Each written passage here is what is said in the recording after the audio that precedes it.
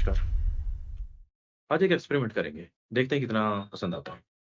वैसे भी चुनावी विशेषांक का ये संभवतः अंतिम अंक है, जिसमें महाराष्ट्र से लेकर राष्ट्र के चुनाव तक आज सबकी समीक्षा करेंगे। ये इसलिए भी ज़रूरी है क्योंकि राष्ट्र के चुनाव जो 6 महीने पहले हुए थे, तब से अब तक बहुत कुछ बदल चुका है। चाहे फिर वो यूपी उपचुनाव हो या फिर अमेरिका का या फिर कश्मीर का। अपनी गलतियों से सीखते हुए महायुति ने एक तरफ़ा प्रदर्शन किया है और अगाड़ी को पिछाड़ी कर दिया है। देवेंद्र फडणवीस, जो एक बेदाग मुख्यमंत्री रहे हैं, इस बार प्रचार से लेकर प्रसार तक पुरजोर लगा करके वापस मुख्यमंत्री बन गए। यही उनसे चाहिए भी था। जब आप कोर्स करेक्शन करते हैं तो दिखाई देता है। इनके बारे में जो भी मैंने राष्ट्रीय चुनाव के समय कहा था, वो हम आगे देखेंगे कि आज की स्थिति में वो कितना खरा उतरता है। गलती में सुधार तो यूपी में भी हुआ है। मैं इन चुनावों की ज़्यादा गहराई में चर्चा नहीं करना चाहूँगा क्योंकि ये हो चुके हैं और इन पे विभिन्न प्लेटफ़ॉर्म्स पे आपको ऑलरेडी सुनने भी आ चुका होगा, पर हमारे राष्ट्रीय चुनाव के अंश में ये ऑलरेडी कवर्ड है। किन्हीं कारणों से वो वीडियो मैं नहीं डाल पाया था, पर इसके साथ अब मैं क्लब कर दूँगा।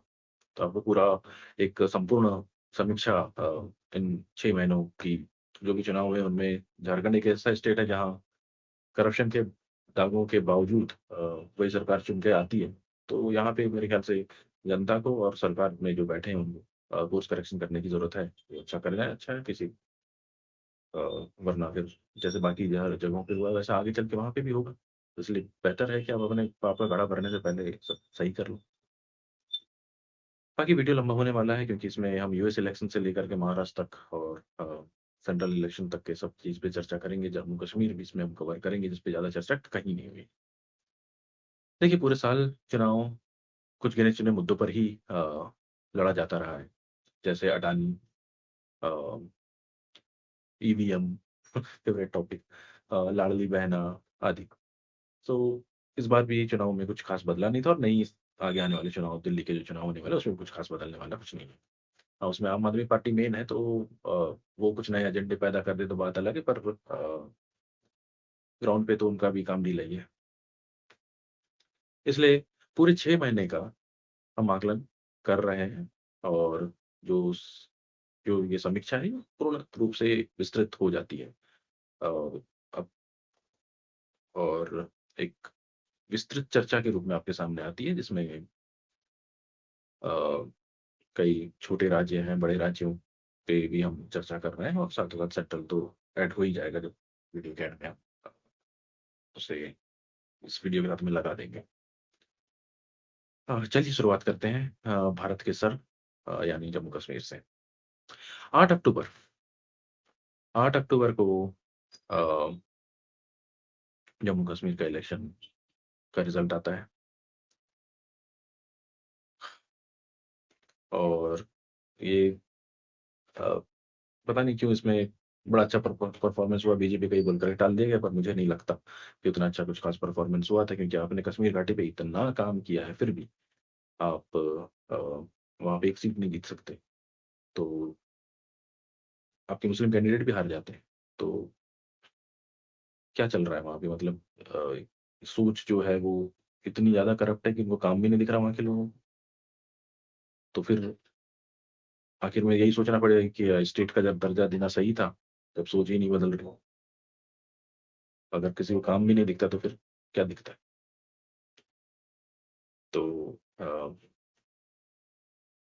ये ज़रूर एक सोचने वाली बात है। बाकी जम्मू कश्मीर के बारे में बात करें तो यहाँ 114 सीट हैं, जिसमें से 90 सीट पर चुनाव हुआ और 25 सीट पीओके के लिए रिज़र्व रख दी गई। तो रिज़र्व रखने का क्या सेंस बनता है, ये पता नहीं कब लेकर के आएँगे और कब चुनाव होंगे। बाकी 90 में से 47 सीट जो कश्मीर घाटी में थी, उनमें से बाकी 90 में 47 सीट जो कश्मीर घाटी में थी, उसमें से जैसे मैंने कहा कि बीजेपी को कुछ भी नहीं मिला। बाकी 43 जो जम्मू में थी, वहाँ बीजेपी ने बहुत अच्छा परफ़ॉर्म किया और 29 सीटें जीती। घाटी में कोई सीट न जीतना, ये वाक़ई में एक सोचने का विषय है क्योंकि वहाँ के कुछ मूल मुद्दे रह जाते हैं, जैसे विस्थापितों को वापस बसाना, तो अब वो सब कैसे होगा? अनंतनाग से एक मुस्लिम कैंडिडेट को बीजेपी ने सीट दी थी, वो भी चुनाव हार गया। तो मतलब ये एंटी बीजेपी चुनाव हुआ है, कश्मीर घाटी में ख़ास के। हालाँकि बीजेपी को 25% वोट मिले हैं, जो सबसे ज़्यादा हैं और 29 वोटों के साथ में बीजेपी दूसरी सबसे बड़ी पार्टी रही है। और बीजेपी के जो वहाँ पे प्रभारी थे रविंद्र रैना, वो भी नौशेरा से हार गए। खैर, सब इसी बात पर खुश हैं कि बीजेपी ने कोशिश अच्छी की, पर वही बात है कि अब कोशिश में कहाँ कमी रह गई।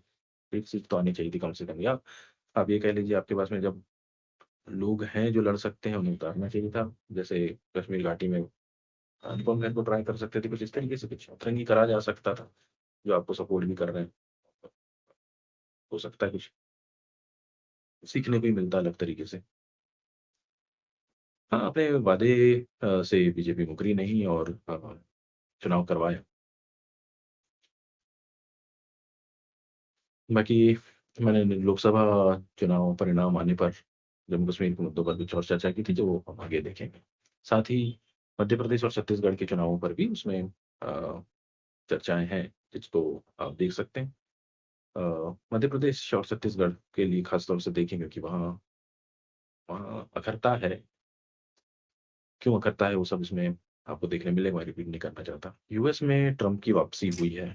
ये मुझे लगता है कि वैश्विक तौर पे अच्छा होगा, जहाँ जिस ले ऑफ वाली सिचुएशन और वैश्विक चिंताओं से हम ग्रस्त हैं, जहाँ युद्ध इतने ज़्यादा चल रहे हैं और बैकएंड पे युद्ध को सपोर्ट भी किया जा रहा था, ये सब चीज़ थोड़ा सा कम हो सकती हैं, ऐसा मेरा मानना है। अब देखो आगे क्या होता है। हाँ, कुछ एक भारतीय नागरिकों को वीज़ा से लेकर के समस्याएँ बढ़ सकती हैं, पर जो वहाँ कार्यरत हैं यूएस में, वो थोड़ी-सी परेशानी झेल सकते हैं, पर देखिए अभी वक़्त बताएगा। बाकी I am positive with this change. Haryana में भी चुनाव हुए, वहाँ तो एक तरफ़ा बीजेपी ने क्या जादू किया पता नहीं। पर और उम्मीद कर रहा हूँ कि यही दिल्ली में भी होगा। उम्मीद कर रहा हूँ ये दिल्ली में भी होगा। बाकी महाराष्ट्र महाराष्ट्र में 228 सीट। इसमें महाराष्ट्र में चुनाव से पहले तो ये कह दूं कि गठबंधन के नाम पर जो गलत बंधन चल रहे थे वहाँ, उनका वहाँ की जनता ने पूरा अच्छे तरीके से परख कर ली इस चुनाव में। महायुक्ति और महाअगाड़ी के नाम पर अ, जो भी पार्टियों की खिचड़ी हुई थी, तो वोटर के लिए भी टफ था कि किसे चुने क्या करें। पर शिवसेना एनसीपी का जो तोड़ हुआ उसके बाद में उनमें से जिसको चुना गया है, वो सब सब देखने लायक है। मतलब अलग ही तरीके का एक मत होकर के शायद वोटिंग हुई है। तो महाराष्ट्र से एक चीज़ सीखने को मिली कि वहाँ हिंदुत्व का कार्ड अच्छा चला है। और महाराष्ट्र में जो लोगों की अपेक्षा है वो भी यही है कि उन्हें अ, हिंदू हृदय सम्राट वाली ही राजनीति चाहिए, शिवाजी महाराज वाली ही राजनीति चाहिए। आप अपने कोर को खुद से अलग नहीं रख सकते। आपके यहाँ से एक के बाद एक ऐसे महान हस्तियाँ आई हैं, जो मार्ग प्रशस्त करते रही हैं। तो महाराष्ट्र में ये होना था। पता नहीं लोग इतना क्यों एक्साइटेड थे कि ये ना होगा, और जो भी जोड़ तोड़ था, लोगों ने देखा था पिछली बार किस तरीके से मैंडेट के अगेंस्ट चीजें गई, फिर सरकार गिरी उठी, वो सब चलता रहा। पर जनता भी अब समझदार हो चुकी है, उसको सब समझ में आने लगा है, तो ये सब चीजें दिख जाती हैं। बाकी अब जो दिल्ली है, तो दिल्ली में क्या है, कब तक आप खास खास के वोट की आस लगाओगे वहां पे। और दिल्ली की जनता भी जो है बहुत समझदार है, वो दो मौके दी है उसने, ऐसा नहीं है कि नहीं। बाकी दिल्ली वाले जो है वो यहाँ पर उठ करके बताएं कि ये प्रिडिक्शन कितना सही है। दिल्ली में मेरे नज़र में तो बीजेपी आ रही है वापस। अब देखते हैं। बाकी आपको छोड़े जाते हैं अपने काव्य मन के साथ। कुछ राष्ट्रीय चुनाव के समय जो बातें रह गई थी वो, सो जैसा मैंने कहा, ये महाराष्ट्र से लेकर राष्ट्र तक के चुनाव को सब कवर करेगा। बाकी मैं जो राष्ट्र के चुनाव में ऊपर नीचे हुआ था, वहाँ एक और बार देखना चाहूंगा दिल्ली में क्या होता है। बाकी जैसे मैंने कहा कि बाकी विधानसभा चुनाव भी इस वीडियो में कवर हो जाएँगे। तो आपको छोड़े जाता हूँ इस वीडियो के साथ में और कुछ काव्यवन के साथ में। चलिए मिलते हैं जल्द कुछ अलग तरीके के साथ। महाराज से चालू किए थे, राष्ट्र पे छोड़ के जाते हैं। देखिए, धन्यवाद।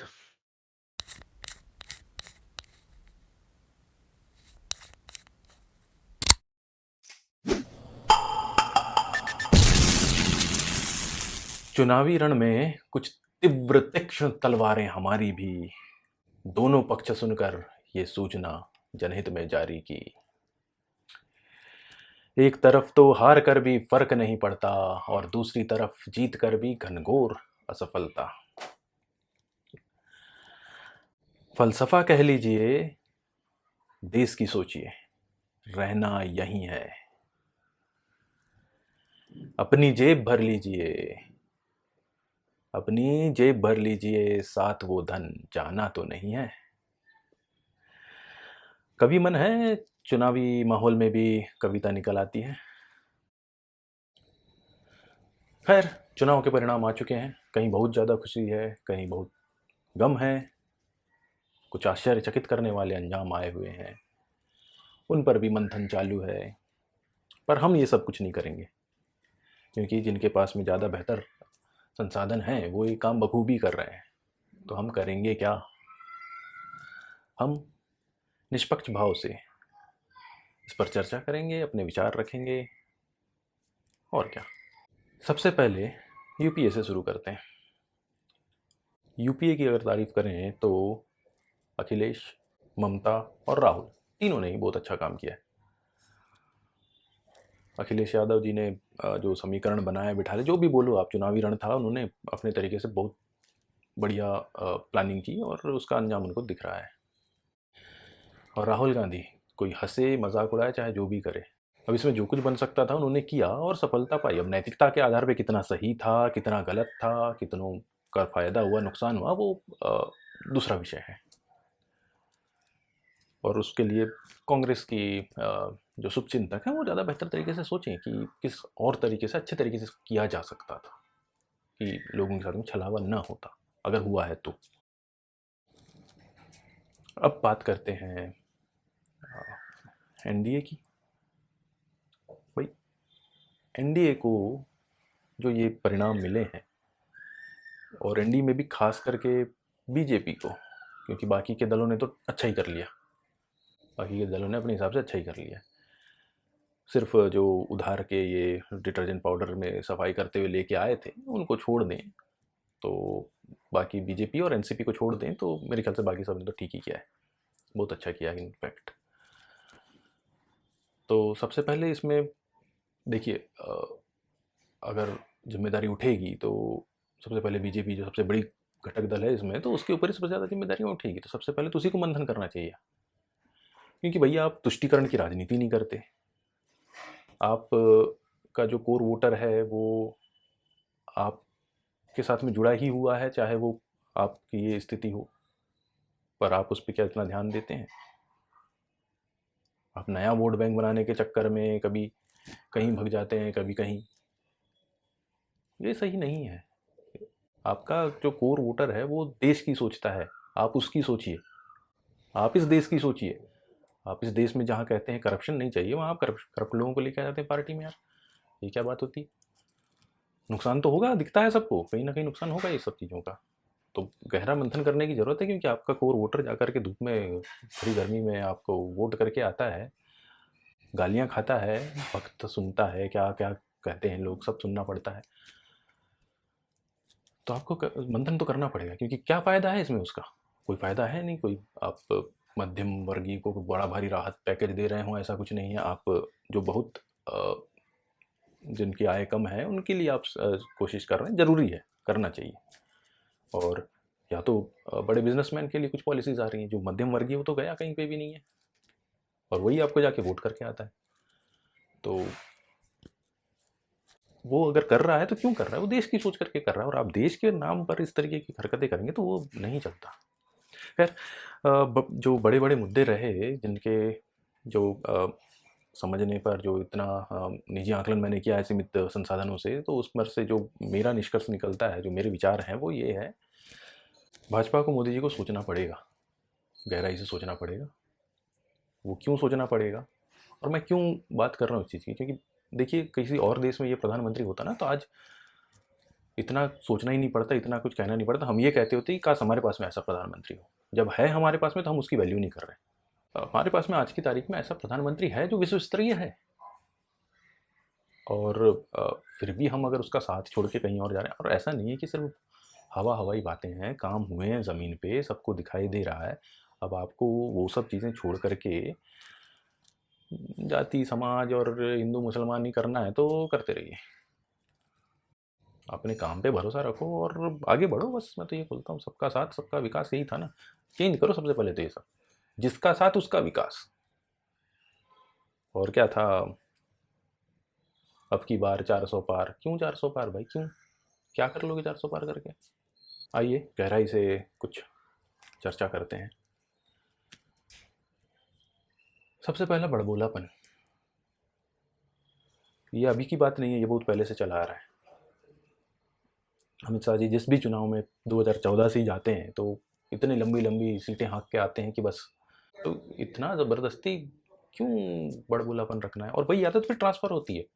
आपका एक बड़ा नेता बड़बोलापन कर रहा है तो वही चीज़ें ट्रांसफ़र होती हैं। तो बड़बोलापन हर लेवल पे कंट्रोल करना ज़रूरी है। काम पे ध्यान दो, बोलने पे कम दो। बोलने के लिए आपके पास में अच्छे प्रवक्ता हैं, उन्हीं को ज़िम्मेदारी दो। दूसरी सबसे ज़रूरी बात है, मतलबी राज्यों पर ज़्यादा फोकस करना। मतलबी राज्य मतलब आप सरकारी योजनाएं चला रहे हैं, केंद्र से सरकारी योजनाएं चला रहे हैं, केंद्र का ही चुनाव हो रहा है, और मैं ये मान के चलता हूँ कि इन सभी राज्यों में भी ये योजनाएं पहुंचती होंगी, कुछ लाभार्थी होंगे, पर आपका परिणाम तो वो नहीं कहता। 11 राज्य ऐसे हैं जहाँ पे 11 राज्य और केंद्र शासित प्रदेश ऐसे हैं जहाँ भाजपा का या एनडीए का खाता ही नहीं खुला, ज़ीरो। 3 राज्य, वेस्ट बंगाल, महाराष्ट्र और यूपी, प्रदर्शन बहुत खराब रहा। मतलब पानी की तरफ पैसा बहा दिए तो भी प्रदर्शन खराब है। तो ये मंथन करने की ज़रूरत है कि क्या गलत हो रहा है, मैसेज क्यों नहीं जा रहा है, लोग क्यों वोट नहीं दे रहे हैं। और नहीं दे रहे हैं तो भाई वहाँ से काट के किसी कहीं और दो ना। कई राज्य हैं जो तड़प रहे हैं अभी भी। तीसरा, गलत उम्मीदवार। महाराष्ट्र और यूपी दोनों ही जगह बहुत गलत उम्मीदवार उतारे गए हैं। महाराष्ट्र की, अगर यूपी की तो सभी चर्चा कर रहे हैं, महाराष्ट्र की अगर मैं बात करूं तो गोंदिया, गढ़चिरौली, चंद्रपुर, ये सब इलाके आराम से अंदर आते थे। वोटर आपको वोट देना चाहता है, आप उम्मीदवार ऐसा उतारते हो कि उसके कोई चांस ही नहीं है। सोचिए। और साथ ही ज़रा ये भी सोचिए कि क्यों लक्षद्वीप में कोई भारतीय जनता पार्टी का उम्मीदवार नहीं उतरा, एनसीपी का उतरा है। मोदी जी लक्षद्वीप जा रहे हैं, टूरिज्म बढ़ रहा है, लोगों के दिमाग में है कहीं ना कहीं, होगा ही कहीं ना कहीं। अपना कैंडिडेट उतारो ना वहाँ पे। एनडीए के अलायंस को भी एनसीपी जैसे अलायंस को देने से क्या मतलब, जो पूरे के पूरे लोकसभा चुनाव में एक सीट लेकर के आई, सिर्फ एक सीट के लिए किए थे गठबंधन। पार्टी तोड़ फोड़ का सब इतना झमेला। फोकस होना चाहिए कहाँ, और है कहाँ पार्टियां तोड़ने में। अरे नहीं चाहिए ऐसे घपलाखोर लोग। और दूसरा, जम्मू कश्मीर में से, जम्मू में आपने कैंडिडेट उतारे, कश्मीर में नहीं उतारे। तो मैं अभी भी कश्मीर को एक अलग मान करके चलूँ, हिस्सा मान करके चलूँ, तो आपने वहाँ क्यों नहीं उतारे भाई? जब आपने इतनी स्कीम वहाँ डाली और इतना आपका नाम है, हारते हारते ना लड़ो तो सही। लड़ोगे ही नहीं तो फिर कैसे काम चलेगा? आपने लड़ना ही उचित नहीं समझा। अरे अनुपम खेर जैसा बंदा आपके पास में बैठा है, आपको एडवोकेट करते रहता है, वहीं से आया हुआ है, उसको दे देते। ऐसे मंथन करते तो बहुत सारी सीटों पे आपको कोई ना कोई मिल जाता। शत्रुघ्न सिन्हा के खिलाफ कोई लड़ने को तैयार नहीं हुआ। साउथ में अन्नामलाई के ऊपर सब कुछ छोड़ दिया, अच्छा किया, ठीक है, अच्छे से उन्होंने किया है सब कुछ, पर उनको सपोर्ट सिस्टम भी तो हो, कुछ एक कुशन हो उनको। वेंकटेश प्रसाद जो आपके सपोर्ट में रहते हैं, आप उनसे बात करते एक बार, थोड़ा स्टार पावर मिल जाती, थोड़ा सा प्रमोशन हो जाता। चौथा, जो इसी तीसरे से जुड़ा हुआ है, वो है मोदी डिटर्जेंट। या वॉशिंग मशीन कह लीजिए, यहाँ वहाँ से भर भर के लेके आ रहे, क्या करना है इतने सारे लोगों का? भाई आपके पास में दुनिया की सबसे बड़ी पार्टी है, तो आपको और ज़रूरत है क्या बढ़ाने की? और बढ़ा करके रिजल्ट में क्या ट्रांसलेट हो रहा है? नहीं हो रहा है, तो क्यों? और जैसे मैंने पहले भी कहा, आपका कोर वोटर देशभक्त है, उसे नहीं चाहिए ये सब। वो खुद 1 लाख रुपए नहीं लेता, आपको वोट देता है, तो क्या वो ऐसा कैंडिडेट पसंद करेगा जो करोड़ों का घोटाला घोटाला करके बैठा है? नहीं करेगा। स्ट्रिक्ट पॉलिसी जब अपना रहे हो तो अपने ऊपर भी अपनाओ। और मैं तो इससे पहले वाले में भी वीडियो में बोल चुका हूँ कि भाई सबसे पहले अपने अंदर से सफाई करना चालू करो। मोदी डिटर्जेंट है तो अपने अंदर से ही डिटर्जेंट से सफाई करके पूरा साफ करो, और फिर दूसरों का गिरेबान पकड़ो, फिर बात बराबर होगी। क्योंकि होता ये है ना कि आप उनको टिकट दे देते हो, और आपके अपने जो कार्यकर्ता हैं जो 10 साल से वहाँ एफर्ट लगा रहे थे, आज कुछ ऊपर आए हैं, तो वो कहाँ जाएंगे बेचारे? फिर वो नाराज़ हो जाते हैं। पांचवा, जो इसी से जुड़ा हुआ है, आप अपने लोगों का ध्यान ही नहीं रखते। कांग्रेस इस मामले में बहुत अच्छी है, वो अपने लोगों का, अपने कैडर्स का कैसे ध्यान रखना है वो रखती है, भले उसके लिए वो घोटाले करे जो करे, पैसा आता है बढ़ जाता है सब में। ये चीज़ करने आपको नहीं बोल रहे घोटाले घपले करो, पर जो कुछ आप कर रहे हो वो इस तरीके से करो कि आपके लिए जो आपके सपोर्ट में लोग हैं वो इन्वॉल्व फील करें। बेसिक एग्जांपल देता हूँ, नुपुर शर्मा, प्रज्ञा, साध्वी प्रज्ञा, सीधे निष्कासित। क्यों? इतनी बड़ी बड़ी बातें चुनावी रण में होती रहती हैं, अगर उन्होंने एक दो बातें बोल दी तो उसमें वो क्यों निष्कासित? और वापस लाने की क्या प्रक्रिया है? आप अपने ही उम्मीदवारों को इस तरीके से सजा दोगे तो नहीं होगा। नुपुर शर्मा के केस में कानूनी कार्रवाई करनी चाहिए थी, दोनों पक्षों पे करनी चाहिए थी। बचने के लिए तुरंत में हटा देना और ये सब अच्छा नहीं है। किसी को गलत किसी के भी बारे में नहीं बोलना चाहिए। आस्थाएं हैं, कई सालों से चली आ रही हैं, कुछ हिंदुओं की हैं, कुछ मुसलमानों की हैं, मैं तो कहता हूँ किसी की आद नहीं हूँ, पर तरीका तो हो सही तरीके से करने का। ये क्या बात हो रही? कोई कहीं पे भी किसी का गला रख देगा, कोई कहीं किसी पे पत्थर फेंक देगा, ये सही नहीं है। इस पे सख्त कानून भी हों, और इस तरीके की जो चीज़ें होती हैं इन्हें रोकने के लिए क्या किया जाना चाहिए, इस पे कुछ सोचिए, कुछ करके लाइए, और अंदर अपने आप के लोगों को सपोर्ट कीजिए। और एक इसी से जुड़ी हुई, जैसे एक छोटा एग्जांपल देता हूँ, साहित्य अकादमी। कांग्रेस के राज में अक्सर उन लेखकों को मिला है जिन्होंने उनकी वाहवाही की है, जिन्होंने भाजपा को नीचे दिखाने की कोशिश की है, हिंदू धर्म पे कटाक्ष किए हैं, उन लोगों को बहुत तवज्जो दी गई। मुझे नहीं लगता साहित्य अकादमी में इस तरीके का कुछ होता है। अगर होता तो 10 साल हो गए लिख रहा हूँ मैं भी, मोदी जी से पहले से मैं स्वच्छ भारत की बात कर रहा हूँ। खैर उसका लोभ नहीं है, जो है। पर किनको साहित्य मिल रहा है, किनको साहित्य अकादमी मिल रहा है, वो आप अपना बेस बना रहे हो नहीं, मतलब वहाँ तक सोच भी पा रहे हो कि नहीं सोच पा रहे हो, पता नहीं। क्योंकि जब आपके खिलाफ चीज़ें होती हैं तो फिर वो अवार्ड वापसी गैंग और ये सब आ जाते हैं। आपके साथ में कौन आएगा जी कल को, आप जब अकेले पड़ जाओगे तो? अभी तो ठीक है, मोदी जी का दौर चल रहा है, सरकारें बनी जा रही हैं, जैसी तैसी चल ही रही हैं, चल जाएंगी। उसके बाद में सपोर्ट मैकेनिज्म क्या है? कौन आम आदमी में से निकल करके आएगा आपको सपोर्ट करने के लिए? कांग्रेस के पीछे तो देख लो ना कितने सारे खड़े हो जाते हैं। आप क्या कर रहे हो उस चीज़ के लिए, वो भी सोचो। इसलिए अपने लोगों का भी सपोर्ट करो। मैं ये नहीं बोल रहा कि उसके लिए कुछ बड़ा गड़बड़ करने की ज़रूरत है, घोटाले करने की ज़रूरत है, पर दूसरे तरीके से कर सकते हैं। अवार्ड फंक्शन रखे थे, दे देते किसी को, किसी और नाम से दे देते, जो आपने अभी किया कुछ। अगर आप वो चीज़ सोच सकते हो, सोशल मीडिया की पावर आपको भी मालूम है, अच्छा दाव खेला था, पर उसको और अच्छे तरीके से, दूसरे तरीके से और कैसे इम्प्लीमेंट कर सकते हैं जिसमें मैसेज सही जाए, तो सोचना पड़ेगा इस मामले में। सोचिए। छठवा, धर्मात्मा बनने का नया भूत चढ़ा है।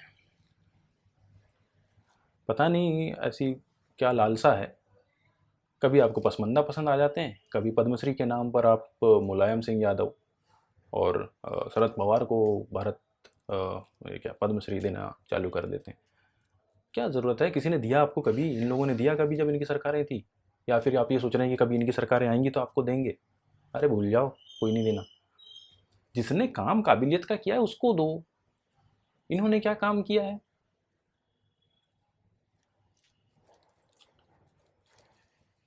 आपको एक वोट भी ट्रांसफर नहीं हुआ होगा पसमंदा का या किसी का। 1% की बात कर रहा हूँ। तो फिर इन सब चीज़ों में एनर्जी क्यों डालना? चलो आपको बैलेंस करके चलना है, ठीक है, एक लेवल तक करके चलते। वो आपने सर ऐसा चढ़ा लिया कि बस अब यही है, यही सब कुछ है। मैं ये नहीं बोल रहा उनका गलत करो, किसी का गलत करो, गलत किसी का मत करो, पर इतना भी उनके ऊपर इतना ध्यान देने की ज़रूरत नहीं है कि वो आपका कोर वोटर है ही नहीं भैया, नहीं देगा आपको वोट, आप लाख कुछ भी कर लो।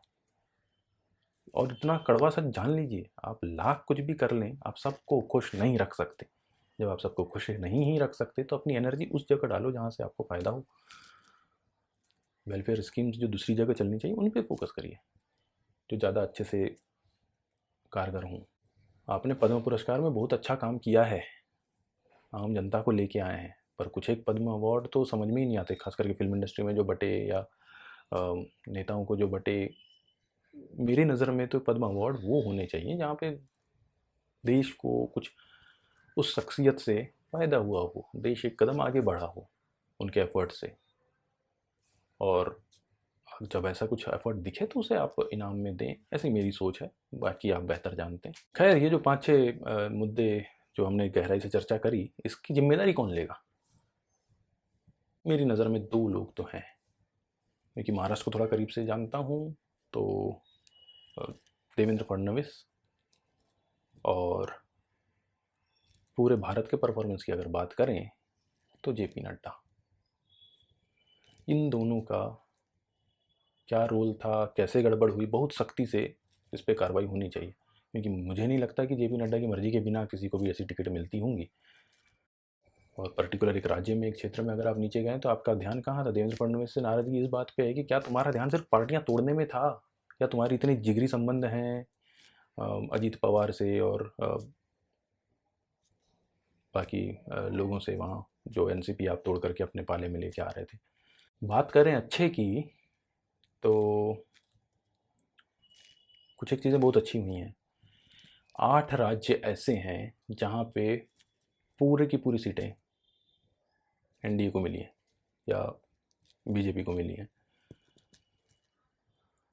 और 8 राज्य ऐसे हैं जहाँ बहुत ही अच्छा परफॉर्मेंस रहा है, बहुत अच्छा प्रदर्शन रहा है। तो कुल 16 राज्य ऐसे हैं जहाँ बहुत अच्छा हुआ है।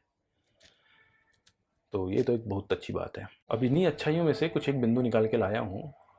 मेरे ख्याल से जो राज्य आपके समर्थन में रहते हैं, आपको उन पे और ज़्यादा ध्यान देना चाहिए, क्योंकि वो आपके साथ खड़े हैं, अभी भी खड़े हैं।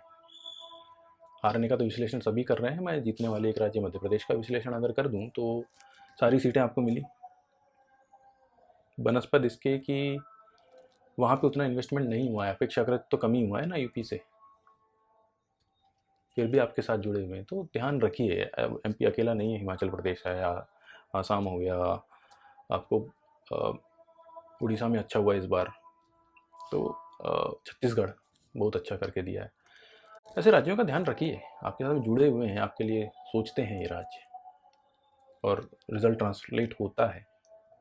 तो उम्मीद करता हूँ आगे कुछ फ़ायदा भरी स्कीम हमको एमपी छत्तीसगढ़ के लिए देखने मिलेंगी। ऐसे में एमपी वालों का या एमपीसीजी वालों का अगर दर्द रखना हो तो उनके जज्बे को सलाम करते हुए उनके जज्बातों को अपनी कुछ पंक्तियों से व्यक्त करना चाहूँगा। पूरा जोर लगा दिए, पूरा जोर लगा दिए, कमलनाथ का गढ़ भी गाड़ दिए। हमारी एकता में वो बल था कि चप्पे चप्पे पर कमल था। भौचक्के रह गए, भौचक्के रह गए जब देखा बिना कमल के मेरे राम का ही महल था। अब अपेक्षाकृत कमज़ोर सरकार का मुंह देखना होगा, और शायद कई बिलों पर समझौता करना होगा, और जब जब ऐसा होगा तो आत्मा मचल जाएगी। भारत से विश्वगुरु बनने का फासला अब ये कठिन घड़ी ही बताएगी। सरकार बन रही है, ये बहुत अच्छी बात है, पर सरकार उतनी ही मजबूती से चले, ये दरख्वास्त है। और चिंता मत कीजिए, वाजपेयी जी के आदर्शों को मानते हुए चलिए आगे, और कभी गिरने की नौबत आती तो गिर जाने दीजिए। अगली बार इससे ज़्यादा मजबूती से आएंगे, ये भी मैं चैलेंज से कह सकता हूँ। तो इसी उम्मीद के साथ अंत करूँगा इस चुनावी विशेषांक का, जो मेरे 5 वीडियो का से चला आ रहा है, इन्हीं कुछ पंक्तियों के साथ। हार नहीं मानूंगा, रार नहीं ठानूंगा, कुछ अपने अंदाज में कह के सुनाता हूँ, गीत नया गाता हूँ। वाजपेयी जी की चंद पंक्तियों के साथ मैं जोड़कर आगे चलूँगा। गर्मी बहुत थी, बहुत ज़्यादा थी, कुछ पिघल गए, कुछ जल गए, क्योंकि हम भूल गए पेड़ लगाना। एक पेड़ से गर्मी कितनी घटेगी, एक पेड़ से गर्मी कितनी घटेगी, पर पेड़ तूफान भी झेल जाता है, पर पेड़ तूफान भी झेल जाता है। और पौधा बारिश में भी पिटपिटाता है। ये जो कुकुरमुत्ते उगाए हैं, ये बारिश भर के हैं। एक बार फिर गर्मी आने दो, एक बार फिर गर्मी आने दो। जो पेड़ 10 साल पहले लगाया था, वो जरूर फल खिलाएगा। अच्छा दौर वापस आएगा, क्योंकि तब तक पौधे और पेड़ का फर्क आम आदमी भी समझ जाएगा। आर के